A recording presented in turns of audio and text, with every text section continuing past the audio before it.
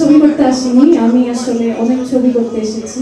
So আশা করি এই ছবির মাধ্যমে যদি আমার একটা খুব ভালো শুরু হয়, আশা করছি কমার্শিয়াল সিনেমাতে আমি নিয়মিত কাজ করতে চাই। সঞ্জয়দার সাথে কাজের অভিজ্ঞতা আমার আগেই ভালো ছিল, এই জন্যই আসলে সাহসটা করতে পেরেছি ইনসাফে অভিনয় করার। আর আমি যখন সিনেমাতে অনবোর্ড হয়ে খুব একটা সময় ছিল না হাতে, আনফরচুনেটলি এক মাসেরও কম সময় ছিল। তো সেই কারণে আসলে যেটা করেছি যে একটা দিনও আমি ওয়েস্ট করিনি। আমার যেদিন সিনেমা সাইন হয়েছে তার ঠিক পরদিন আমি আমার ওয়ার্কআউট, আমি আমার ট্রেনিং সব শুরু করে, এবং আমার সাথে রাজভাইও আমরা একসাথে ট্রেন করেছি, একসাথে জিমে গিয়েছি, স্ট্রেংথ ট্রেনিং করেছি, মার্শাল আর্ট থেকে শুরু করে যেগুলো বেসিক জানা দরকার, ফাইট রিহার্সাল, ফাইট ডিরেকশন।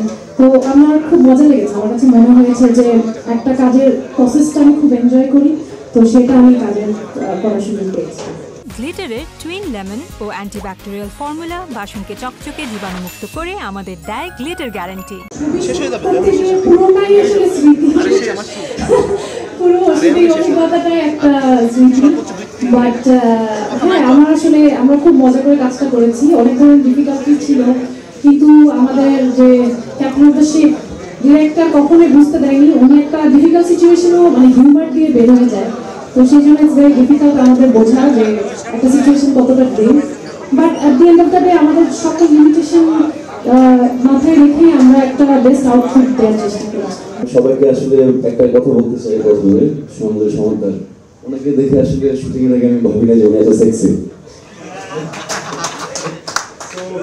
আমরা পুরো শুটিংটা অনেক টাইট স্কেজুল ছিল আমাদের, বাট দাদা শুটিং আমি আসলেই দাদার সাথে এর আগে কাজ করার অভিজ্ঞতা আমার হয়নি।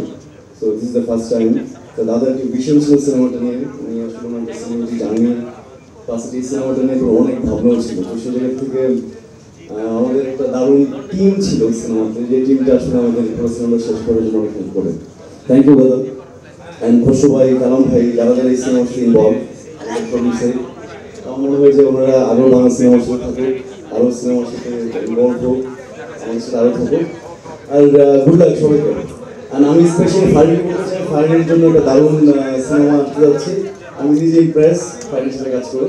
So for the best Farin, and wish you very good luck. And thank you সবাইকে।